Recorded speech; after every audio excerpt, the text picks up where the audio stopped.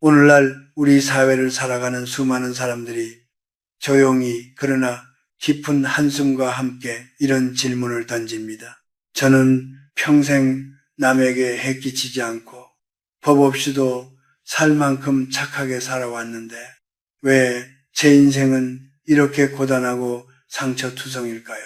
이 질문은 단순한 푸념이 아닙니다.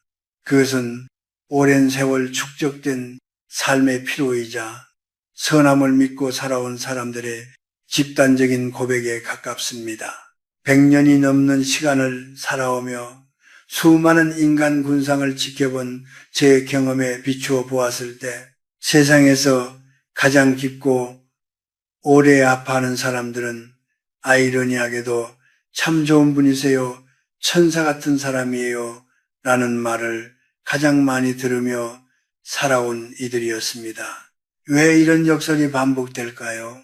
그 이유는 그들의 착함이 진정한 강인함에서 비롯된 선택이 아니라 거절하지 못하고 미움받는 것을 두려워하는 마음에서 자라났기 때문입니다. 우리는 어릴 적부터 착해야 사랑받는다고 배웠습니다.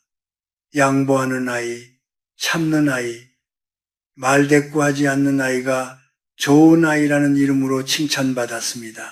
하지만 그 교육은 성인이 된 이후에도 그대로 이어졌고 많은 이들이 나이가 들어서도 여전히 타인의 눈치를 보며 자신의 감정을 뒤로 미루는 삶을 당연하게 받아들이게 되었습니다.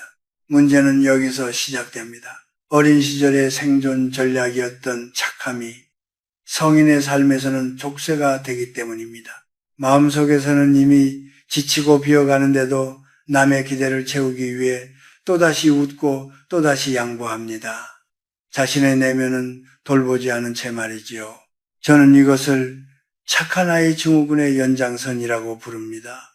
내 마음의 그릇은 텅 비어 있는데 남의 그릇을 채워주겠다고 애쓰니 인생이 고단해질 수밖에 없습니다. 진정한 착함이란 무엇일까요?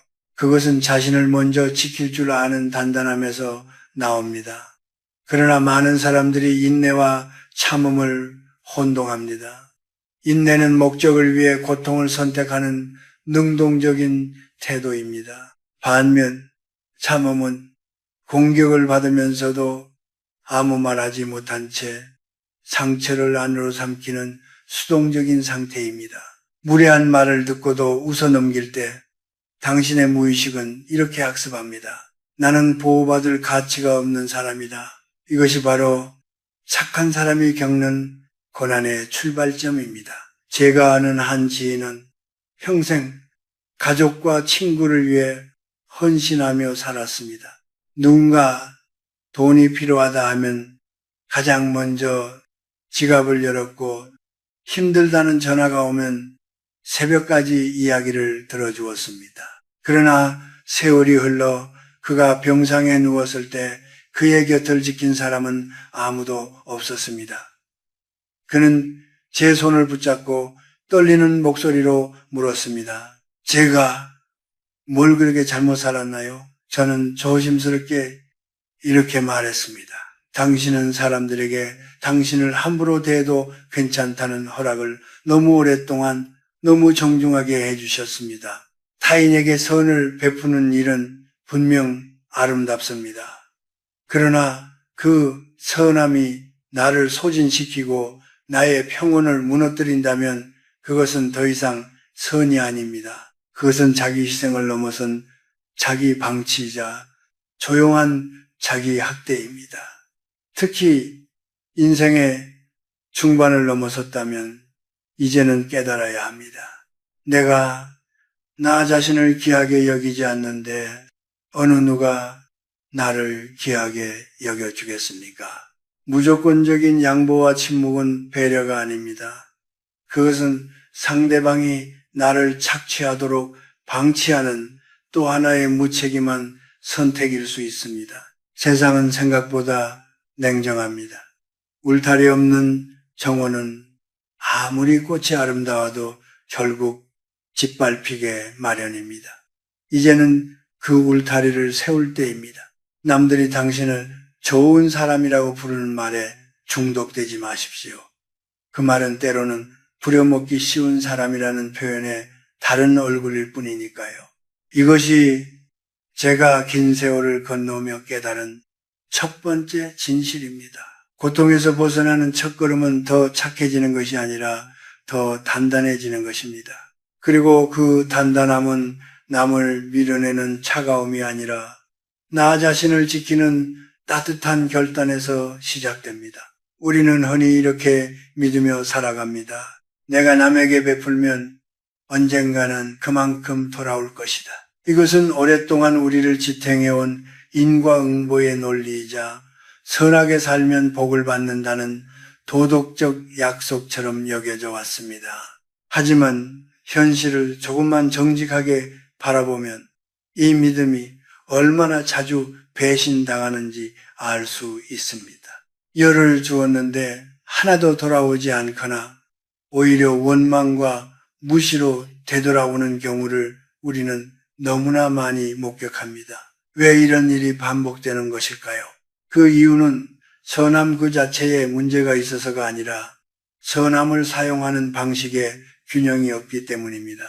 세상 모든 관계에는 보이지 않는 에너지의 흐름이 존재합니다. 주는 쪽과 받는 쪽 사이에는 적절한 긴장과 균형이 필요합니다. 그러나 흔히 착한 사람들은 이 균형을 고려하지 않습니다. 상대의 요구보다 한 발 앞서 움직이고 부탁받기 전부터 먼저 내어주며 심지어 상대가 책임져야 할 몫까지 대신 짊어집니다. 저는 이것을 에너지의 과잉 지출이라고 부릅니다. 처음에 상대는 고마워합니다. 그 다음에는 익숙해집니다. 마지막에는 그것을 당연하게 여깁니다. 이 과정은 상대방이 특별히 나쁘기 때문이 아니라 인간의 심리가 본래 그렇게 작동하기 때문입니다. 지나치게 쉽게 얻은 것은 가치가 낮아지고 노력 없이 주어지는 호의는 곧 권리처럼 착각되기 쉽습니다. 동양의 오래된 지혜에서도 과유불급이라 하지 않았습니까? 선함조차 지나치면 독이 됩니다. 더 큰 문제는 여기서 발생합니다. 당신이 누군가의 짐을 대신 들어줄 때 당신은 그 사람이 성장할 기회를 빼앗고 있다는 사실입니다. 사람은 자신의 고통을 통과하며 책임과 성숙을 배웁니다. 그런데 착한 사람은 그 과정을 견디지 못하고 연민과 불안이라는 이름으로 그 숙제를 대신 해결해 줍니다. 그 결과 상대는 점점 나약해지고 당신은 점점 지쳐갑니다. 이것이 선의가 악순환으로 변하는 지점입니다. 제가 대학에서 학생들을 가르치던 시절의 이야기입니다. 한 학생은 늘 친구들의 과제를 도와주고 뒤처진 친구들의 몫까지 챙겼습니다. 그는 그것이 우정이고 배려라고 믿었습니다. 하지만 졸업 후 몇 년이 지나 다시 만났을 때 그는 심각한 무기력과 우울에 빠져 있었습니다. 인생의 중요한 고비에서 도움을 요청했지만 그렇게 많은 것을 받아가던 친구들 중 누구도 그의 손을 잡아주지 않았기 때문입니다. 그는 세상이 너무 불공평하다고 말했습니다. 하지만 저는 이렇게 말해 주었습니다. 자네는 사랑을 준 것이 아니라 자네의 불안을 달래기 위해 그들에게 의존을 허락한 거야. 많은 착한 사람들이 배려라는 이름 아래 자신의 불안을 숨깁니다. 미움받을까 두려워서, 외면당할까 무서워서, 관계를 잃을까 전전긍긍하며 에너지를 퍼줍니다. 하지만 그런 행위는 순수한 선행이 아닙니다. 그것은 무의식적인 거래에 가깝습니다. 마음 깊은 곳에서는 이 정도 했으니 나를 좋아해 주겠지, 이만큼 주었으니 나를 떠나지 않겠지 라는 기대가 함께 움직이기 때문입니다. 그래서 보상이 돌아오지 않을 때 착한 사람은 더 크게 무너집니다. 내가 이렇게까지 했는데 어떻게 그럴 수 있지? 이 말이 입 밖으로 나오는 순간 이미 에너지는 건강하지 않은 방향으로 흘러간 것입니다. 이것은 종교적인 업보나 추상적인 에너지의 문제가 아닙니다. 매우 심리적이고 현실적인 법칙입니다. 당신이 자신을 소홀히 여기며 남에게만 헌신할 때 당신의 내면은 끊임없이 외칩니다. 왜 나는 보호받지 못하는가? 그 외침은 어느 날 몸의 병으로 나타나기도 하고 이유 없는 분노나 깊은 무기력으로 터져 나오기도 합니다. 그것은 벌이 아니라 경고입니다. 당신의 에너지가 이미 고갈되었다는 신호이지요. 우주나 신이 정말 존재한다면 그들이 바라는 것은 당신이 타인의 삶을 대신 살아주는 노예가 되는 것이 아닐 것입니다. 각자가 자신의 삶을 책임지고 자신의 몫을 살아내는 것, 그것이 더 건강한 질서입니다. 그런데 착한 사람들은 자꾸만 남의 인생에 과도하게 개입합니다. 그 결과 상대도 망가지고 자신도 망가집니다. 인생의 중반을 넘어서면 이제는 방향을 바꿔야 합니다. 밖으로만 흘러가던 에너지를 거두어 안으로 돌려야 할 때입니다. 내가 충만해질 때에만 타인에게 건네는 선함도 맑아질 수 있습니다. 비어있는 잔에서는 결코 깨끗한 물이 넘칠 수 없기 때문입니다. 당신이 먼저 채워지는 것, 그것이 이 질서 속에서 가장 이기적인 선택이 아니라 가장 지혜로운 선택임을 이제는 받아들여야 할 때입니다. 살다 보면 어느 순간 설명하기 힘든 허무와 배신감이 동시에 밀려오는 시기가 찾아옵니다. 특히 인생의 중반을 넘어서는 시점, 많은 이들이 이렇게 말합니다. 나는 평생 가족을 위해 살았고 조직을 위해 희생했고 사람들에게 최선을 다했는데 왜 지금의 나는 이렇게 외롭고 하찮아진 느낌일까? 이 감정은 단순한 외로움이 아닙니다. 그것은 내가 쌓아온 선함과 헌신이 정당하게 대우받지 못했다는 깊은 존재론적 상처입니다. 그리고 이 상처는 유독 착한 사람들에게 더 날카롭게 찾아옵니다. 왜일까요? 그 이유는 오랫동안 이어진 침묵이 관계 속에서 잘못 해석되었기 때문입니다. 당신이 참아온 시간은 당신에게는 희생이었지만 상대에게는 아무 문제 없는 상태로 인식되었습니다. 서운해도 말하지 않고 불편해도 웃어넘기고 억울해도 괜찮다라고 말해온 그 태도는 결국 이런 오해를 낳습니다. 이 사람은 원래 이런 사람이다. 이 정도는 괜찮아 하는 사람이다. 한국 사회에서 특히 이 현상은 더욱 뚜렷합니다. 우리는 오랫동안 참는 것을 미덕으로 배워왔습니다. 윗사람에게 대들지 않는 것, 가정에서 갈등을 만들지 않는 것, 조직에서 문제를 일으키지 않는 것이 성숙함이라 여겨졌습니다. 그 결과 자신의 경계를 분명히 하는 사람보다 묵묵히 담물하는 사람이 더 칭찬받아 왔습니다.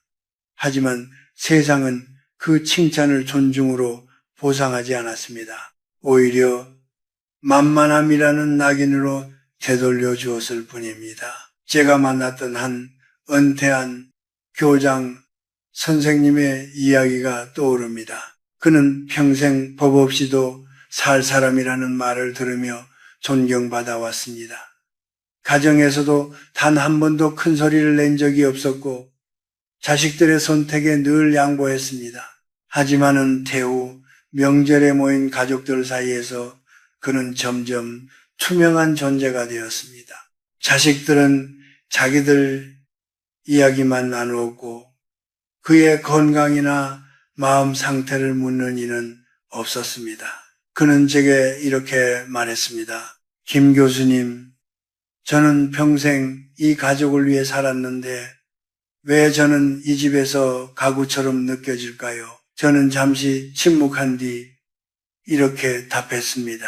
선생님께서 너무 오랫동안 아무 문제 없는 사람으로 살아오셨기 때문입니다.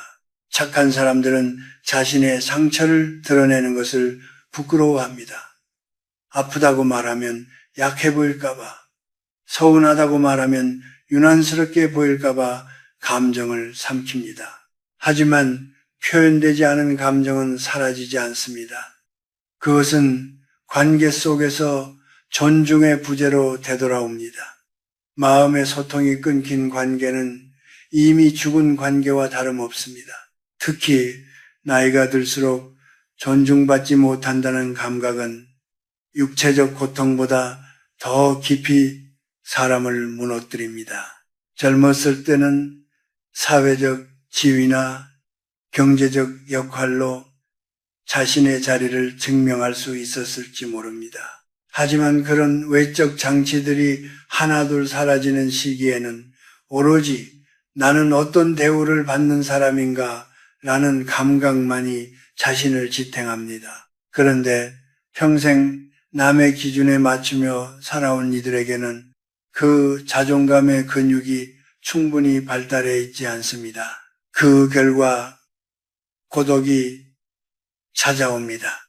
혼자 있는 고독이 아니라 버려졌다는 감각에서 오는 고독입니다. 이 고독은 우울과 분노, 무기력으로 모습을 바꾸어 당신의 마음을 잠식합니다. 하지만 이 감정은 벌이 아닙니다. 당신의 영혼이 보내는 마지막 신호입니다. 이제는 남을 위해 사는 삶을 멈추고 나를 좀 바라봐 달라는 간절한 호소인 것입니다. 인생의 후반전은 지금까지 살아온 방식의 총결산입니다. 만약 지금 당신이 외롭고 무시당하고 투명해졌다고 느낀다면 그것은 당신이 나빠서가 아닙니다. 너무 오랫동안 무난한 사람으로 살아왔기 때문입니다. 산에 있는 나무도 옹이가 있어야 쉽게 베이지 않습니다. 지나치게 곧고 매끈한 나무는 가장 먼저 잘려나갑니다. 당신의 선함이 당신을 지켜주는 방패가 아니라 당신을 베는 칼이 되어버렸다면 이제는 그 칼을 거두어야 합니다. 고독을 두려워하지 마십시오.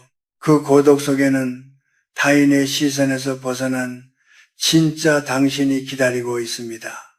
그리고 그 만남이야말로 인생의 후반전을 다시 세울 수 있는 유일한 출발점입니다.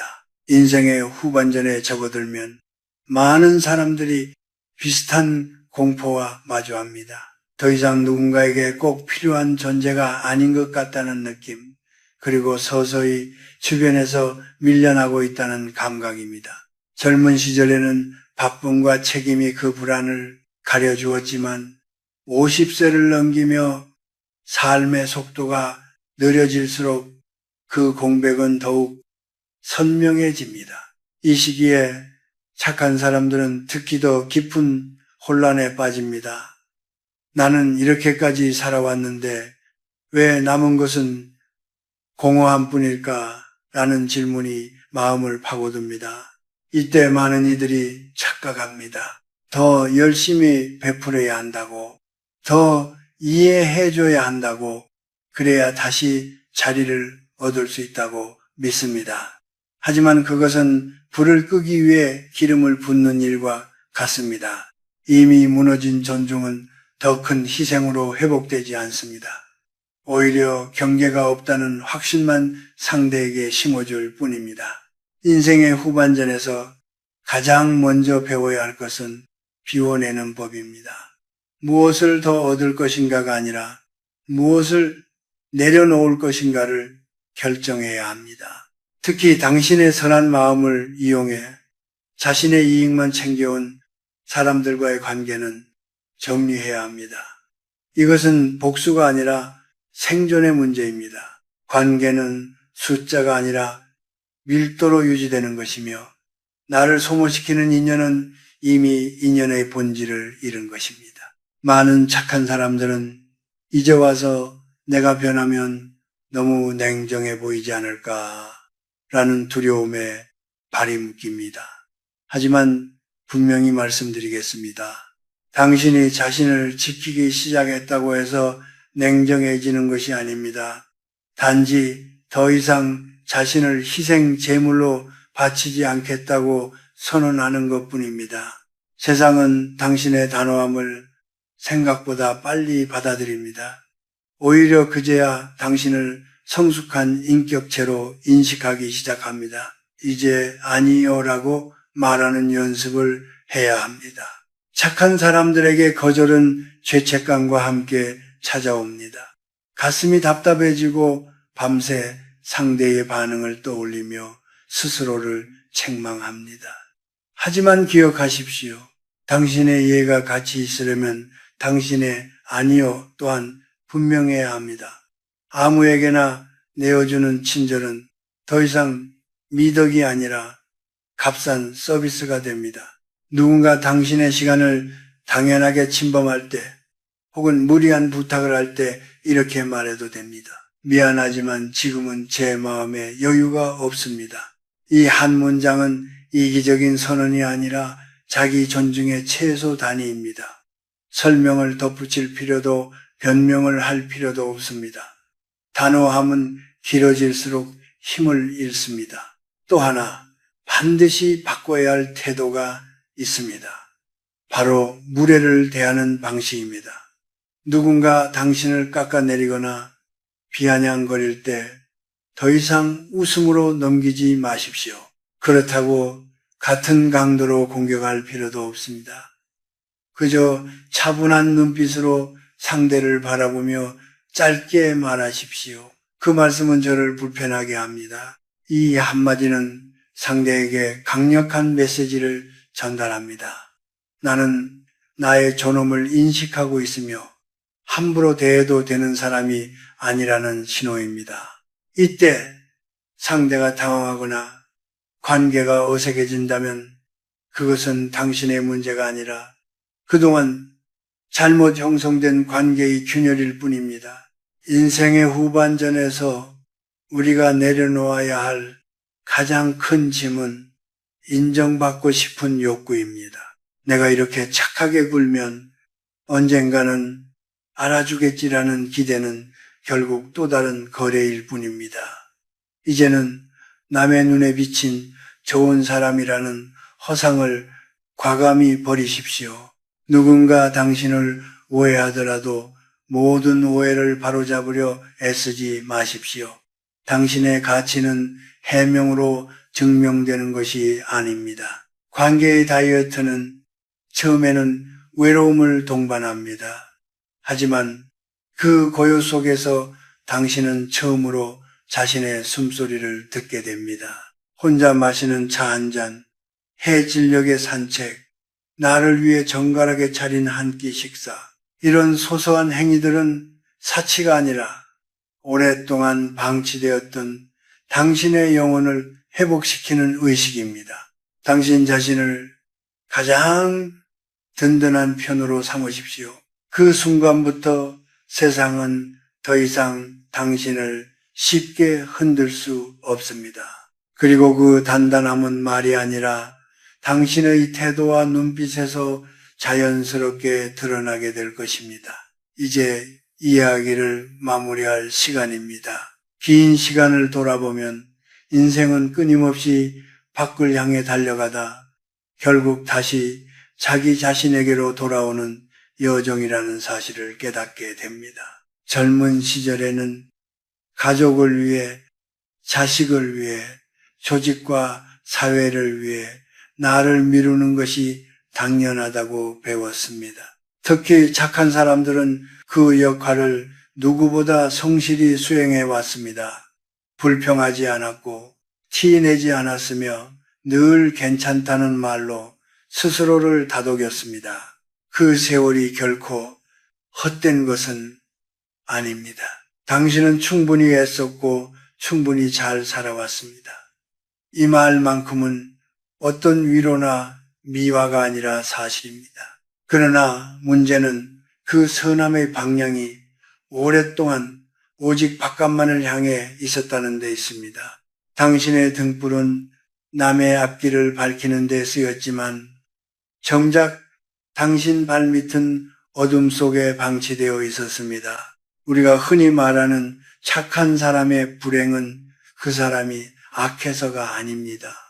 자신을 사랑하는 법을 배우지 못했기 때문에 생겨난 결과입니다. 진정한 선함은 자기 혐오나 자기 부정에서 나오는 것이 아니라 스스로를 존중하는 마음에서 넘쳐 흘러 타인에게 닿는 것입니다. 나를 깎아내려 남의 구멍을 메우는 행위는 선이 아니라 소모입니다. 50세 이후의 삶은 분명 이전과는 다른 규칙으로 작동합니다. 더 이상 남에게 보여지는 내가 아니라 내가 느끼는 나를 중심에 두어야 합니다. 성경에서도 내 이웃을 내 몸과 같이 사랑하라고 했지요. 이 말의 전제는 분명합니다. 먼저 내 몸을, 내 마음을 사랑할 수 있어야 한다는 것입니다. 나를 아끼고 내 감정을 존중하고 내 영혼의 안식을 삶의 우선순위에 두는 것은 결코 이기적인 선택이 아닙니다. 그것은 이 세상이 당신에게 맡긴 가장 소중한 존재, 바로 당신 자신에 대한 책임을 다하는 일입니다. 이제는 분명히 선을 그으십시오. 무례한 이들에게는 침묵으로 경계를 세우고 고마움을 모르는 이들에게는 더 이상 에너지를 쏟지 마십시오. 그리고 그렇게 아낀 시간과 마음을 당신의 삶으로 되돌리십시오. 혼자 마시는 차 한 잔의 여유, 해질녘의 조용한 산책, 스스로에게 건네는 그동안 참 잘 살아왔다는 한마디의 위로, 이런 작고 소박한 순간들이 쌓여 당신의 후반 인생을 단단하고 아름답게 빛내줄 것입니다. 인생의 후반전에서 가장 위대한 승리는 남에게 인정받는 것이 아닙니다. 내 마음의 평안을 지켜내는 것입니다. 당신이 평온해질 때 세상 또한 더 이상 당신을 함부로 대하지 못합니다.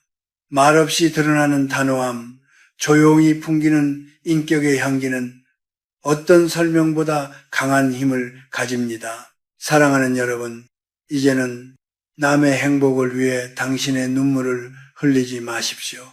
당신은 누군가에게 쓸모있기 때문에 가치 있는 존재가 아니라 존재 그 자체로 이미 충분히 귀하고 아름다운 사람입니다. 당신의 선함이 더 이상 고통의 이유가 되지 않기를, 오히려 당신의 삶을 지탱하는 단단한 뿌리가 되기를 진심으로 바랍니다. 평안하십시오. 그리고 이제는 오직 당신 자신을 위해 미소 지으십시오.